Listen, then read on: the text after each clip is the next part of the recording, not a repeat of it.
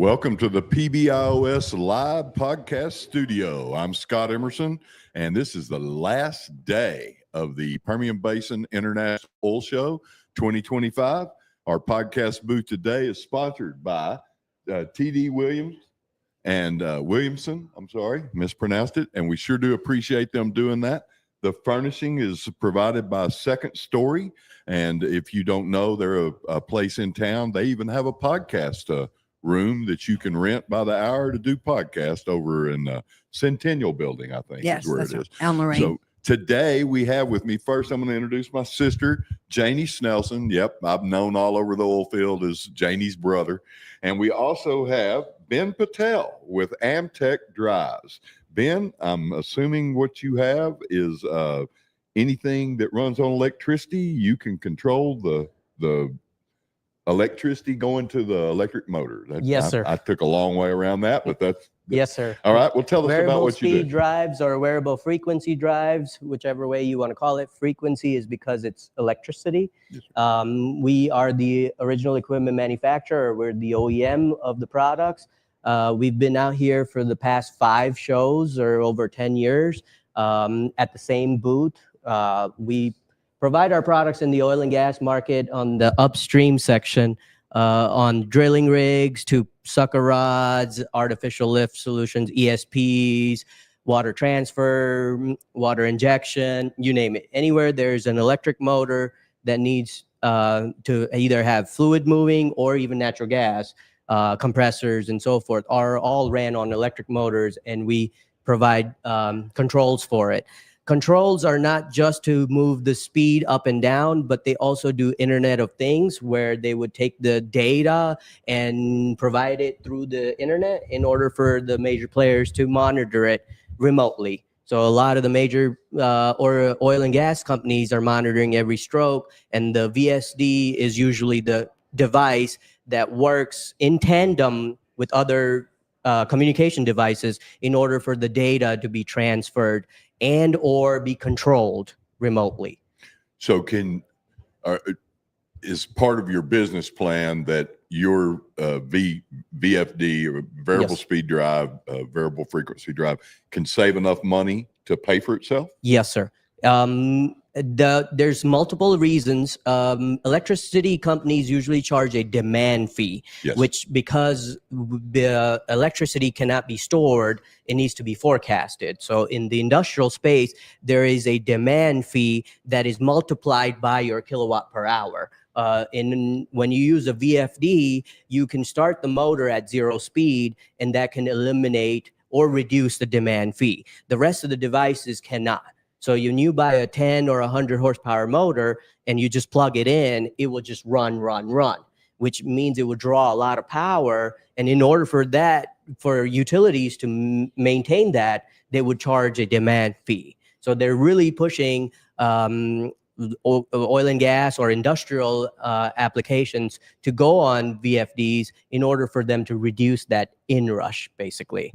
New Mexico is offering credits on VSDs or VFDs almost up to $9,000 below 200 horsepower. So is that like off their severance tax, or what tax does that come off of? Is it just I'm not too sure Excel, but Excel Energy, that's the utility out Yes. in that side of town. And it's not across the state, but it is on the Permian side, which is your Hobbs and so forth, where you have the money-making part of New Mexico? Exactly.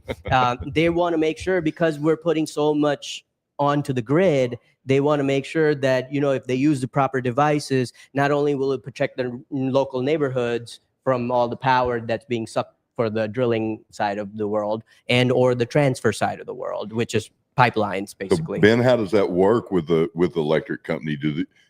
If your product is installed at the get-go, do they automatically start the company out with a lower demand charge, or does it take a year or so before that's adjusted? Before it used to be a year, but that now has reduced. Of course, it's based on each utility, Right.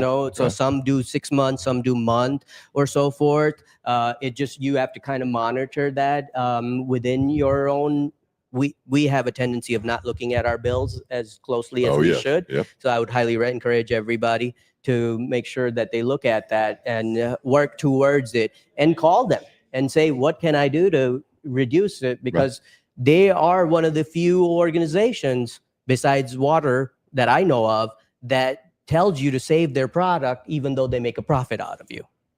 Well, we were talking before you started, Janie, and I'm sorry to be monopolizing this. Oh no, I'm just learning. You're good. So if you're not just oil and gas, No, sir. We spoke a little bit before we started. So you're in municipalities, anywhere where there's an electric motor. Yes, sir. So we go into a rock quarries, which is, surface mining, it would be called, where they crush rocks for cement or asphalt or so forth. They also use rock crushers, conveyors, screens. They also have water issues because there's a hole in the ground.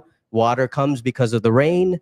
And then they also have rock and so forth. Same with oil and gas. When you're drilling oil, usually the water table comes first because it's the first few hundred feet. If you're close to the ocean, if you're in the middle of nowhere, it's still less than 1,000 feet and you get water. All that water cannot hit the floor. EPA and all the regulatory would not be happy because of all the chemical induced and so forth. So Pioneer had done a phenomenal job socially, Pioneer Natural Resource, on the water transfer and cleaning the water before it was pushed back into the ground and so forth. So again, water has become a big industry, and I would highly encourage young individuals to look into that industry because it's growing constantly. Most people do not know that city council cannot approve a neighborhood before water authority approves the neighborhood. Really? So they don't even get if you're a contractor and you wanted to build 20 houses, first the water authority has to approve it because you have to have those pipelines there and the water accessibility before the neighborhood gets approved by city council and so forth. Because again, we as general public need water. And if it's in a major city where sewer systems are there, then that has to be taken back or it's a septic circumstance. But they have pump stations everywhere that brings us water. And then it would be lift stations that would take back. Some people call it different things, but it would be if you were a sewer system, there would be a lift station that takes the dirty water back. And then they separate all of that, clean it, and then most likely it goes back to the river. Right. That's amazing. Yeah, water is just as important, if not more, than oil and gas right now. I mean, and we're all looking at ways to reuse water. Water reuse is a big thing in cleaning it up, all the things, so that's pretty awesome that you can do that. Yeah, and I would highly recommend if somebody cannot get into the oil and gas industry, look into the water industry because it is subsidized by the government. It is a government entity, so you would be kind of working for the government, but you get to learn so much, and they need every discipline there is from an engineering perspective. So civil, structure, electrical, mechanical, industrial. It doesn't matter which engineer you become. They need it just like the oil and gas industry needs it. And oil and gas industry uses the same device, which is a centrifuge, to separate water and mud and so forth. Same thing is used in wastewater, where they're using a centrifuge, which is almost like your salad dispenser, in order for them to separate the solid and the water before it gets processed and filtered in order for it to go back to either a reservoir or a river or so forth. Very cool. That's very interesting. We're really happy that AMTECH Drives is a sponsor of the podcast and helps us with this. We appreciate you being a part of it. We're probably down to a couple of minutes left. Is there something that you would like to say to the audience about your product and how to reach you? Yeah, so we're one of the few original equipment manufacturer that design and manufacture VFDs or VSDs. That's still a family operation. At the ground floor, we compete with all the distributors that against our major competitors, which is Siemens, ABB, Schneider Electric, Honeywell, you name it, Toshiba, Mitsubishi. But they're all have a lot of other products. We're one of the focused drives companies. Unfortunately, we don't have airplane engines and TVs and so forth.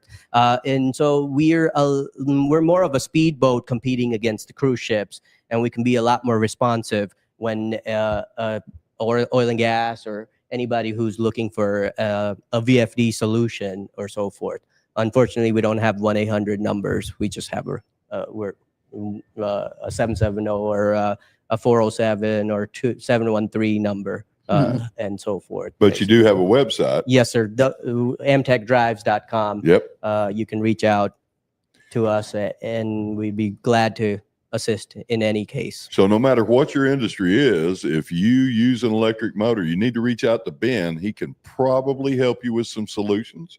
And Janie, you have anything you want to add? No, are you active on LinkedIn? Yes, ma'am. So we'll tag you after this podcast, and so you can forward it out to all your customers and your potential customers. Great. And we hope we've done well by you today. Yes, we really enjoyed it, and I look forward to seeing you guys again in 2 years. Oh, So we'll be great to here. meet You know we will. for sure. Yes. Thanks for coming. Thank you. Thanks for let's having wave me, out. guys.